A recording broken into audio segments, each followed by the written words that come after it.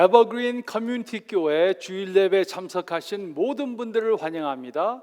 이 시간 하나님의 큰 은혜가 함께하는 귀한 시간 되시길 바랍니다.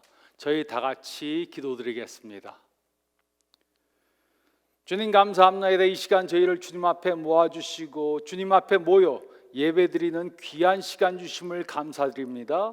이 시간 저희가 주님의 말씀을 바로 깨닫게 도와주시고 말씀을 깨달아 그것을 바로 살 수 있는 저희에게 도와주시옵소서.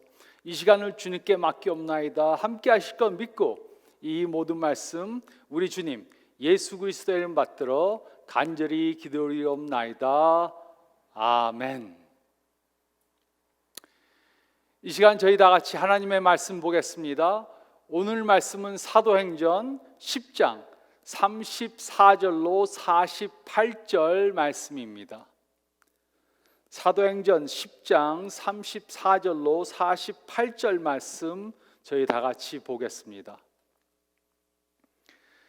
베드로가 입을 열어 말하되 내가 참으로 하나님은 사람의 외모를 보지 아니하시고 각 나라 중 하나님을 경외하며 의를 행하는 사람은 다 받으시는 줄 깨달았도다. 만유의 주 되신 예수 그리스도로 말미암아 화평의 복음을 전하사 이스라엘 자손들에게 보내신 말씀 곧 요한이 그 세례를 반포한 후에 갈릴리에서 시작하여 온 유대에 두루 전파된 그것을 너희도 알거니와 하나님이 나사렛 예수에게 성령과 능력을 기름 붓듯 하셨음에 그가 두루 다니시며 선한 일을 행하시고 마귀에게 눌린 모든 사람을 고치셨으니 이는 하나님이 함께 하셨음이라. 우리는 유대인의 땅과 예루살렘에서 그가 행하신 모든 일의 증인이라. 그를 그들이 나무에 달아 죽였으나 하나님이 사흘 만에 다시 살리사 나타내시되 모든 백성에게 하신 것이 아니요 오직 미리 택하신 증인 곧 죽은 자 가운데서 부활하신 후 그를 모시고 음식을 먹은 우리에게 하신 것이라. 우리에게 명하사 백성에게 전도하되 하나님이 살아있는 자와 죽은 자의 재판증으로 정하신 그가 곧 이 사람인 것을 증언하게 하셨고 그에 대하여 모든 선지자도 증언하되 그를 믿는 사람들이 다 그의 이름을 힘입어 죄 사함을 받는다 하였느니라. 베드로가 이 말을 할 때 성령이 말씀 듣는 모든 사람에게 내려오시니 베드로와 함께 온 할례 받은 신자들이 이방인들에게도 성령 부어 주심으로 말미암아 놀라니 이는 방언을 말하며 하나님 높임을 들음이러라. 이에 베드로가 이르되 이 사람들이 우리와 같이 성령을 받았으니 누가 능히 물로 세례 베품을 금하리요 하고 명하여 예수 그리스도의 이름으로 세례를 베풀라 하니라. 이들이 베드로에게 며칠 더 머물기를 청하니라. 아멘. 우리는 지금 부활 후 사건이라는 설교 시리즈를 하고 있습니다. 우리는 이번 시리즈 동안 사도행전 말씀을 통해 예수님의 부활 후 일어난 세 가지 중요한 사건들에 대해 생각해 보고 있습니다. 사도행전은 누가복음을 기록한 누가가 기록한 책입니다. 그리고 사도행전에는 예수님의 부활 후 30년 동안 일어난 사건들이 기록되어져 있습니다. 우리는 지난주에 사도행전 2장에 기록된 오순절 사건에 대해 생각해 보았습니다. 이 사건을 통해 예수님을 따르던 유대인들이 부활하신 예수님을 보고 성령의 역사를 경험하고 변화된 삶을 살게 된 것에 대해 생각해 보았습니다. 이들에게 부활하신 예수님, 성령의 역사, 변화된 삶이 믿음의 기초가 되었다는 것을 깨달았습니다.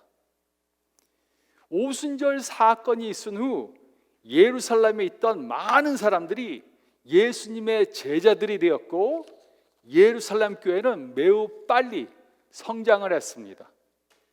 그런데 이들은 여전히 구약 율법의 영향을 받는 신앙생활을 하고 있었습니다. 이것은 매우 당연한 것이었습니다.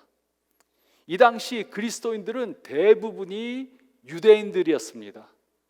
그래서 이들은 예수님을 믿었지만 그동안 지켰던 구약의 율법을 계속해서 행한 것입니다. 그것은 이들이 구약을 바르게 이해하지 못하고 있었기 때문입니다. 이들은 특히 구약과 예수님께서 성취하신 것의 연관성을 바로 이해하지 못하고 있었습니다. 물론 이들은 구약을 구약이라고 부르지 않았습니다. 그 당시에 신약이 아직 기록되었지 않았기 때문에 구약을 구약이라고 부르지 않았습니다. 그래서 이들은 구약을 율법, 선지, 시 이렇게 불렀습니다. 유대인들은 그들의 조상 때부터 구약의 명령을 따라 살도록 훈련을 받았던 사람들입니다. 그리고 이들은 또한 예수님의 가르침과 명령을 받았습니다. 하지만 이들은 이 둘의 연관성을 깨닫지 못했었습니다. 요즘도 이렇게 구약과 신약의 연관성에 대해 잘못 이해하고 있는 사람들이 있습니다. 그러므로 우리는 바른 신학적 이해를 갖고 신앙생활을 하기 위해 다음에 세 가지 중요한 사실을 이해해야 합니다.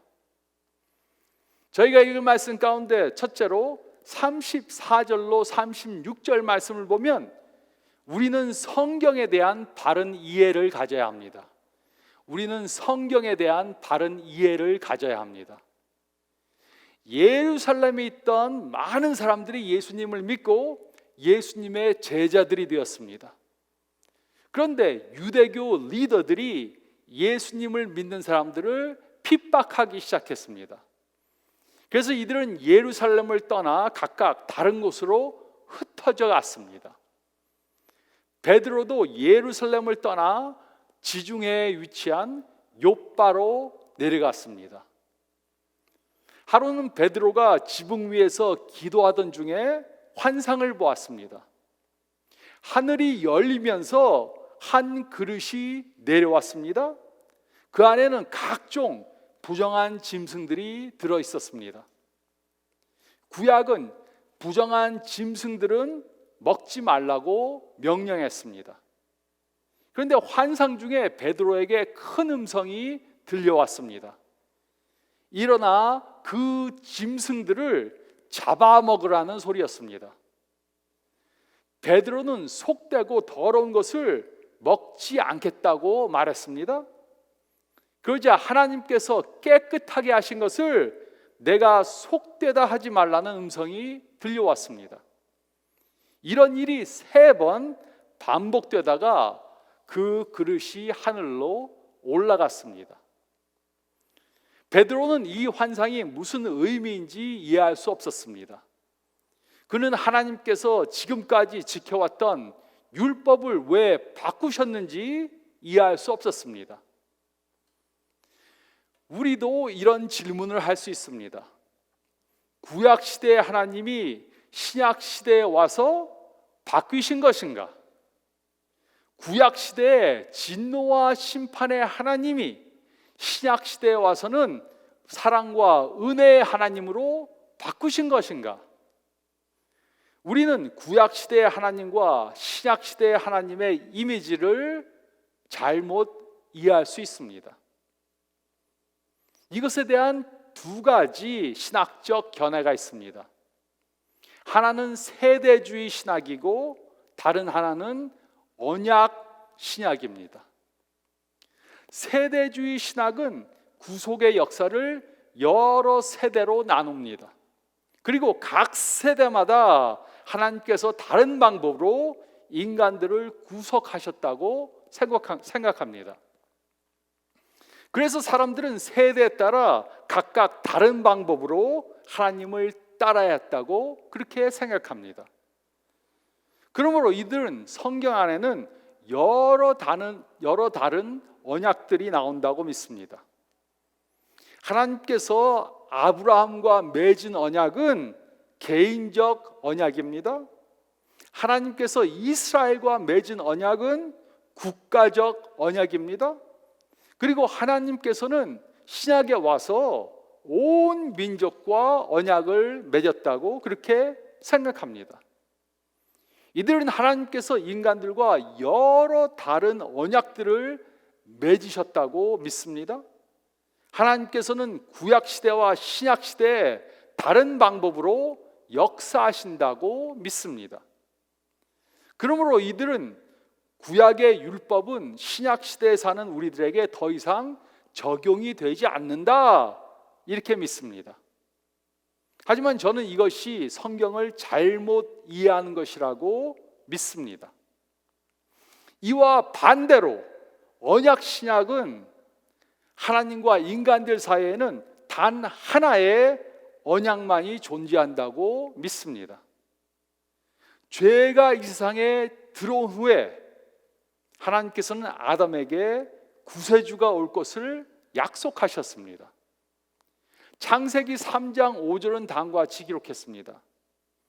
내가 너로 여자와 원수가 되게 하고 내 후손도 여자의 후손과 원수가 되게 하리니 여자의 후손은 내 머리를 상하게 할 것이요 너는 그의 발꿈치를 상하게 할 것이라 하시고,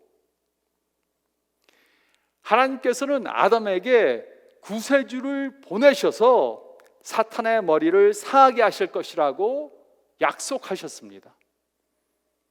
그리고 이 메시아에 대한 약속은 아브라함에게도 반복되어서 주어졌습니다.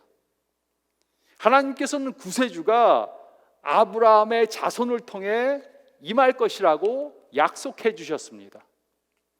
창세기 12장 2절로 3절은 다음과 같이 기록했습니다.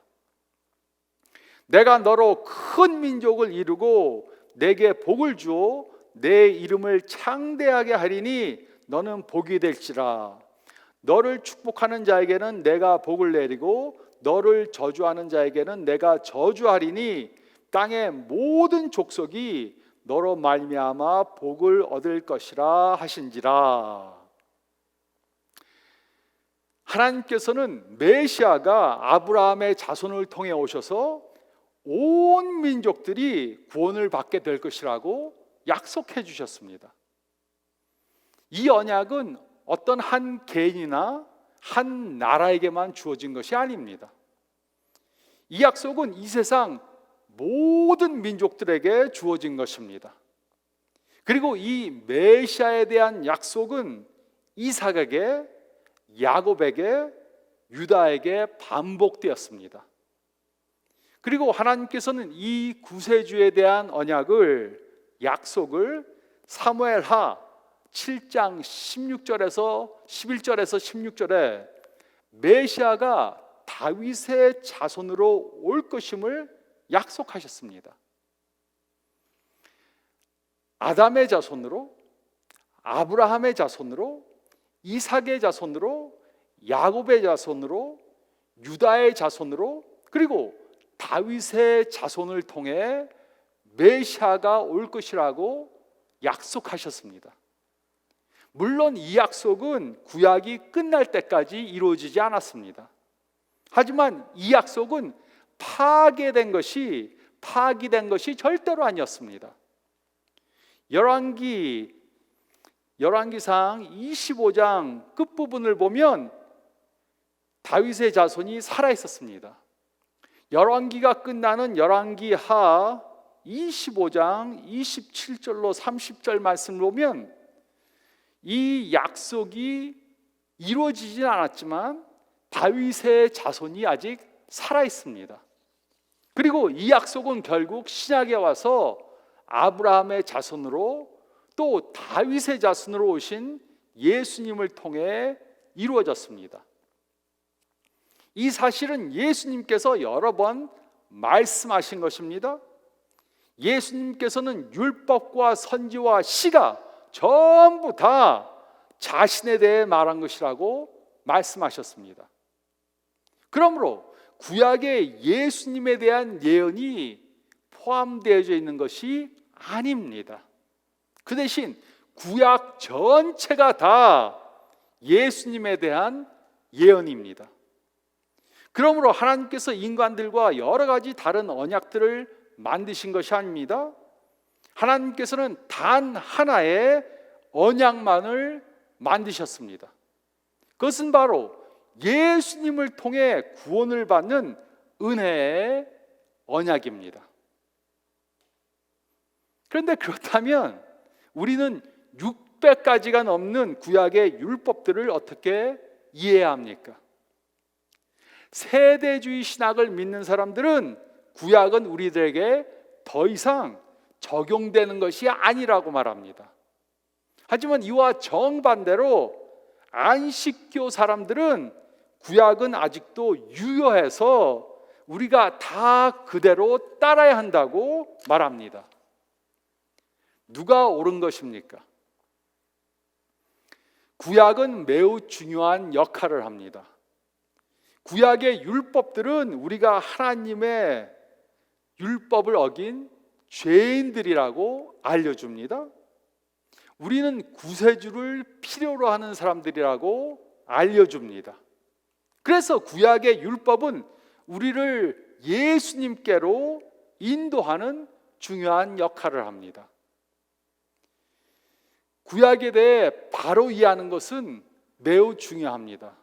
그 이유는 우리가 구약을 잘못 이해하면 신약을 바로 이해할 수 없기 때문입니다. 그러므로 다시 베드로의 사건으로 돌아가 보겠습니다. 베드로가 환상에서 깨자 그를 찾아온 사람들이 있었습니다. 그들은 고넬료라는 로마군의 백부장이 보낸 사람들이었습니다. 고넬료는 유대인이 아니었고 이방인이었습니다. 그는 예수님에 대해 듣고 싶어서 베드로를 자신의 집으로 청하기 위해 사람을 보낸 것입니다. 이 당시 유대인들은 구약을 잘못 이해를 하고 있었기 때문에 하나님은 유대인들만 사랑하신다고 생각했습니다. 베드로는 자신이 본 환상이 무슨 영문인지 몰랐지만 그 환상을 염두에 두고 고넬료의 집으로 갔습니다. 그 집에는 많은 이방인들이 와서 있었습니다. 고넬료는 자신의 가족들과 친구들을 다 모아놓고 베드로를 기다리고 있었습니다. 34절로 36절은 다음과 같이 기록했습니다. 베드로가 입을 열어 말하되 내가 참으로 하나님은 사람의 외모를 보지 않으시고 각 나라 중 하나님을 경외하며 의를 행하는 사람은 다 받으시는 줄 깨달았도다. 만유의 주 되신 예수 그리스도로 말미암아 화평의 복음을 전하사 이스라엘 자손들에게 보내신 말씀. 베드로는 구약의 언약에 대해 잘못 이해하고 있었습니다. 그는 하나님께서 구세주를 유대인들만을 위해 보내셨다고 생각하고 있었습니다. 그는 이제까지 예수님의 지상명령의 의미도 잘못 이해하고 있다가 이제야 그 의미를 바로 깨달았습니다. 마태복음 28장 19절은 다음과 같이 기록했습니다. 그러므로 너희는 가서 모든 민족을 제자로 삼아. 예수님께서는 제자들에게 모든 민족으로 제자를 삼으라고 명령하셨습니다. 하나님은 누구든지 예수님을 믿는 사람들을 구원해 주십니다. 이것이 구약과 신약의 메시지입니다. 구세주가 오셔서 그를 믿는 자들은 누구든지 유대인이든지 이방인들이든지 모두가 다 구원을 얻게 되는 것입니다. 이것이 성경의 메시지입니다. 우리는 성경에 대한 바른 이해를 가져야 합니다. 우리는 성경에 대한 바른 이해를 가져야 합니다. 그리고 둘째로 37절로 43절 말씀을 보면 우리는 예수님에 대한 바른 이해를 가져야 합니다. 우리는 예수님에 대한 바른 이해를 가져야 합니다. 37절로 43절은 다음과 같이 기록했습니다. 곧 요한이 그 세례를 반포한 후에 갈릴리에서 시작하여 온 유대에 두루 전파된 그것을 너희도 알거니와 하나님이 나사렛 예수에게 성령과 능력을 기름 붓듯 하셨음에 그가 두루 다니시며 선한 일을 행하시고 마귀에게 눌린 모든 사람을 고치셨으니 이는 하나님이 함께 하셨음이라. 우리는 유대인의 땅과 예루살렘에서 그가 행하신 모든 일의 증인이라. 그를 그들이 나무에 달아 죽였으나 하나님이 사흘 만에 다시 살리사 나타내시되 모든 백성에게 하신 것이 아니요 오직 미리 택하신 증인 곧 죽은 자 가운데서 부활하신 후 그를 모시고 음식을 먹은 우리에게 하신 것이라. 우리에게 명하사 백성에게 전도하되 하나님이 살아있는 자와 죽은 자의 재판장으로 정하신 자가 곧 이 사람인 것을 증언하게 하셨고 그에 대하여 모든 선지자도 증언하되 그를 믿는 사람들이 다 그의 이름을 힘입어 죄 사함을 받는다 하였느니라. 베드로는 예수님의 세례를 받으심으로부터 시작해서 예수님이 세례 받으신 것으로 시작해서 예수님에 대한 모든 사실들을 다 전했습니다. 세례 받으실 때 예수님께 성령이 임하셨습니다. 성령의 능력으로 기적을 행하시고 병자를 고치시고 귀신을 쫓아내셨습니다. 그런데 유대교 리더들은 예수님을 잡아 십자가에 못 박아 죽였습니다. 하지만 그것이 끝이 아니었습니다. 예수님께서는 죽음에서 부활하셨습니다. 그리고 베드로와 많은 제자들에게 여러 번 나타나셨습니다. 그리고 제자들에게 예수님 그가 바로 모든 민족을 구원할 구세주이심을 증거하게 명령하셨습니다. 이것이 바로 구약시대에 선지자들이 예언한 내용입니다. 그들은 나쁜 소식과 좋은 소식을 주었습니다. 나쁜 소식은 이스라엘이 죄를 범해 하나님의 심판을 받게 될 것이라는 것이었습니다. 그러나 좋은 소식은 하나님께서는 그들과 맺은 언약을 이루실 것이며 구세주를 이 땅에 보내 모든 민족들로 구원을 받게 할 것이라는 것이었습니다. 그리고 베드로는 예수님께서 이 예언들을 이루신 분이라고 증거했습니다. 예수님께서 이 땅에 오셔서 병 고침과 모든 기적들을 통해 하나님의 신성을 증거해 주셨습니다. 또 예수님의 부활을 통해 그가 하나님의 아들심을 확증해 주셨습니다. 예수님께서는 자신이 모든 민족들을 구원할 구세주임을 증거하셨습니다. 그리고 이 모든 것을 본 제자들이 예수님의 증인이었습니다. 고넬료의 집에서 이 말을 들은 모든 사람들이 예수님이 구세주이심을 믿었습니다. 이처럼 우리는 예수님에 대한 바른 이해를 가져야 합니다. 예수님은 하나님이시며 성육신 하셔서 이 세상에 인간의 몸을 입고 이 세상에 오셨다는 것을 우리는 믿어야 합니다. 예수님은 이 세상에서 죄가 없는 완전한 삶을 사셨다는 것을 믿어야 합니다. 예수님은 인간들의 죄를 대속해 주시기 위해 십자가에 달려 죽으셨다는 사실을 믿어야 합니다. 그리고 예수님은 사흘 만에 죽음에서 부활하셨다는 것을 믿어야 합니다. 우리는 예수님께서 우리의 구세주이심을 믿어야 합니다. 우리는 예수님에 대한 바른 이해를 가져야 합니다. 우리는 예수님에 대한 바른 이해를 가져야 합니다. 그리고 셋째로 44절로 48절 말씀을 보면 우리는 성령님의 역사에 대한 바른 이해를 가져야 합니다. 우리는 성령님의 역사에 대한 바른 이해를 가져야 합니다. 44절로 46절은 다음과 같이 기록했습니다.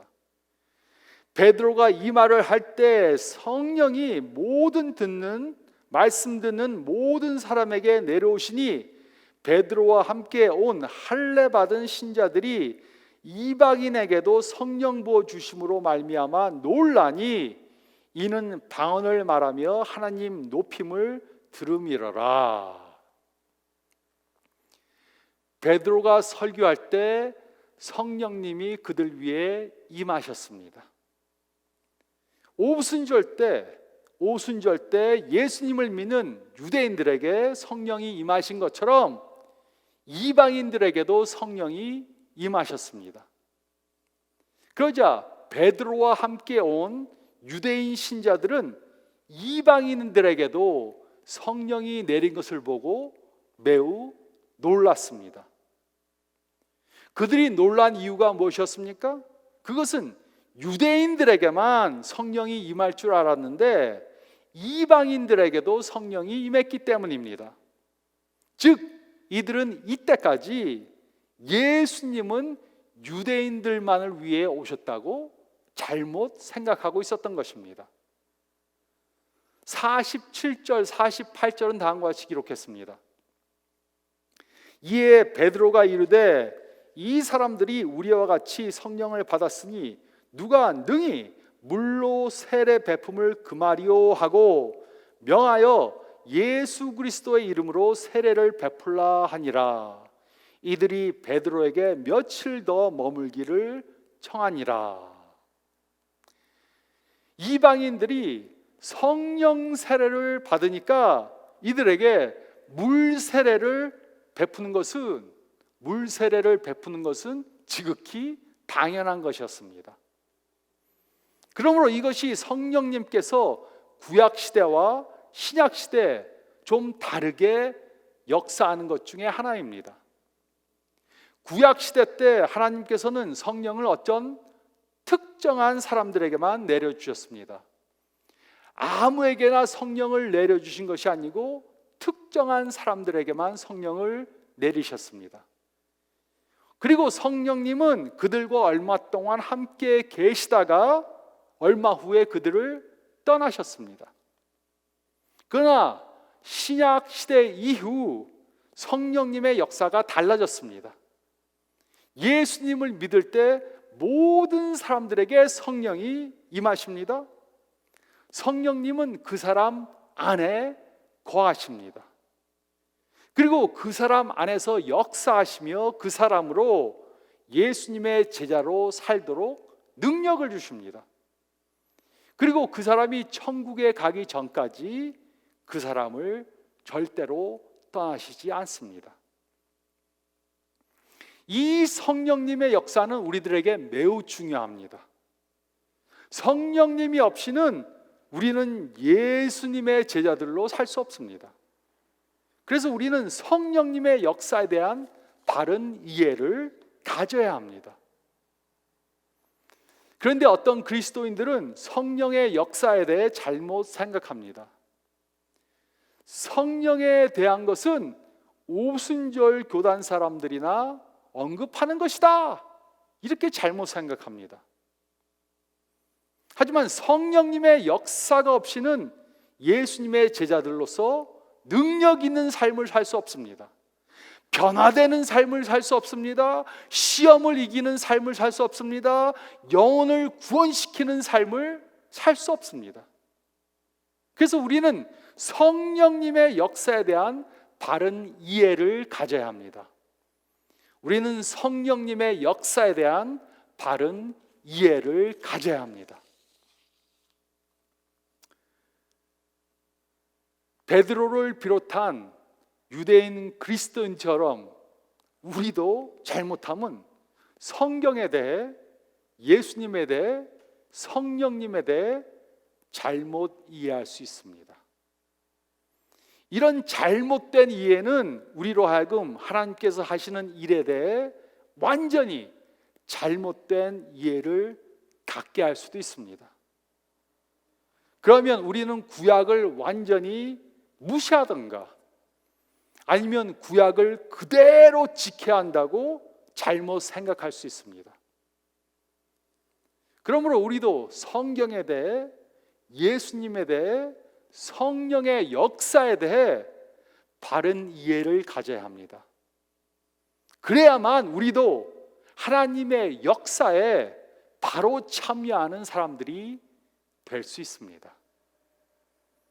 이렇게 성경에 대해, 예수님에 대해, 성령의 역사에 대해 바른 이해를 갖고 그 이해에 맞게 사는 저와 여러분들이 되시기를 부활하신 예수님의 이름으로 축원드립니다. 저희 다 같이 기도드리겠습니다.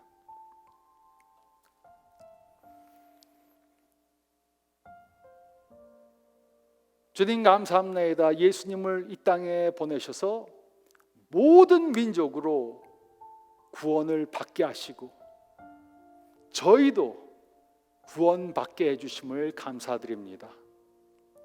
저희가 구원받은 것은 우리가 무엇을 해서가 아니고 우리의 어떤 행위 때문이 아니고 예수님의 은혜인 것을 잊지 않도록 도와주시고 바른 성경의 이해를 갖고 또 예수님이 누구신가 바른 이해를 갖고 성령님의 역사에 대해 바른 이해를 갖고 사는 사람들이 될 수 있도록 도와주시옵소서. 저희가 된 것은 우리의 행위 때문이 아니고 예수님의 은혜인 것을 깨달아 다른 사람들이 죄를 범하는 것을 보고 정죄하지 않도록 도와주시고 그들에게 은혜의 예수님에 대해 증거하는 저희들이 되게 도와주시옵소서.